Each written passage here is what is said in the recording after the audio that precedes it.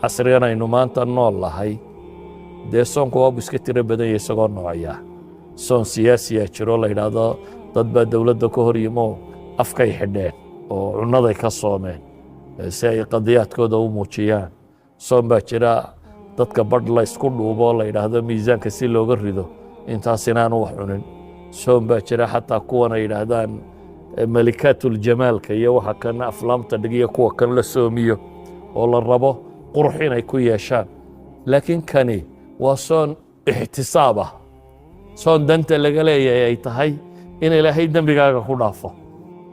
soon dantiisa koowaad iyo qaradku uu yahay iimaanan waxtisaaban wuxuu nabigu yidhi qufira lahu maa taqadama min dembi kaa waxa la dhaafaa dembigiisii hore markaas haddana mar labaad nebigu wuxuu leeyahy calayhi الsalaatu wasalaam man qaama ramadaana iimaanan waxtisaaban gufira lahu maa taqadama min dembi ninka ramadaan kaca ee tukada iyadoo shardigii weli uu yaallo iimaanan waxtisaabana gufira lahu maa taqadama min dembi dunuubtiisa wixii hore uga dhacay baa la dhaafaa haddana mar saddexaad buu nebigu wuxuu tilmaamay habeenka leylatulqadriga ninkii kaca ee iimaanan waxtisaaban la yimaada salaad tukadoo cibaadaysta إحياء سميون نوليا غفر له ما تقدم من ذنبه إذا صدح شيب النبي قلت المامون رمضان كوتشرة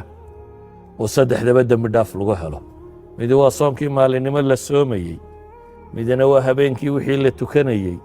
ميدي نواهبين كالليلة القدر وسيقارة هبين نذا كلا وغمضا وصنة كوردن دي هبين كوفض بدنا صدح دا شيب رمضان وضطاه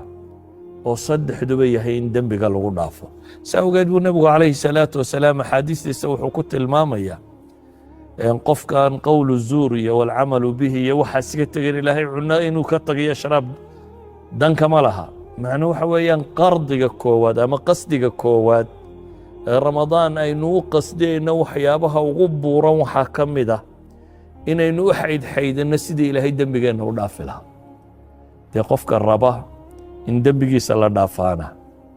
dee waa inuu ka dembe joojiyaa kana hadda ramadaan baan wax walaaqaya haddana kii hore in layga dhaafaa baan rabaa dee waa mushkilad haddaad rabto cutuur iyo inaad wax isku buufiso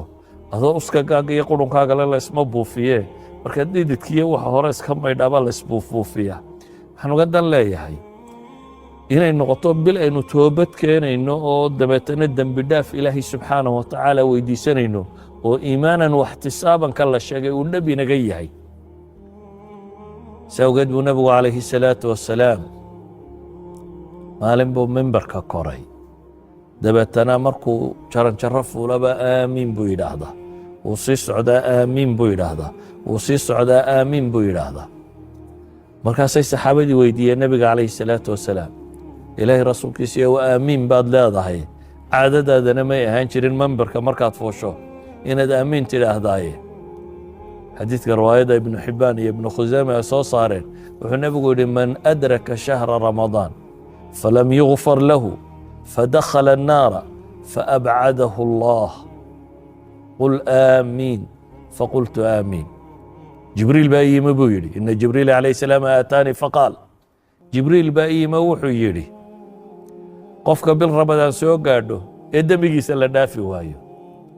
ramadaan oo la yidhi soonkaa dembiga lagu dhaafaya oo qiyaamuleylka lagu dhaafaya oo leylatulqadriga lagu dhaafaya waxaasoo dhamme intay soo maraan haddana dembigiisa la dhaafi waaye naar gala kaa ilaahay naarta ha ku fogeeyo jibriil baa habaar kaa wada nebi maxamedna aamiin buu ka dabalayey waxaad qiyaastaa sayidulmalaa'ika oo ducaynaya iyo sayidulkhalqi oo aamiin ka daba leh in jibriil la duceeyo nebi moxamedna calayhi salaatu wasalaam aamiin ka daba yidhaahdo waxaa lagu ducaynayaana ay tahay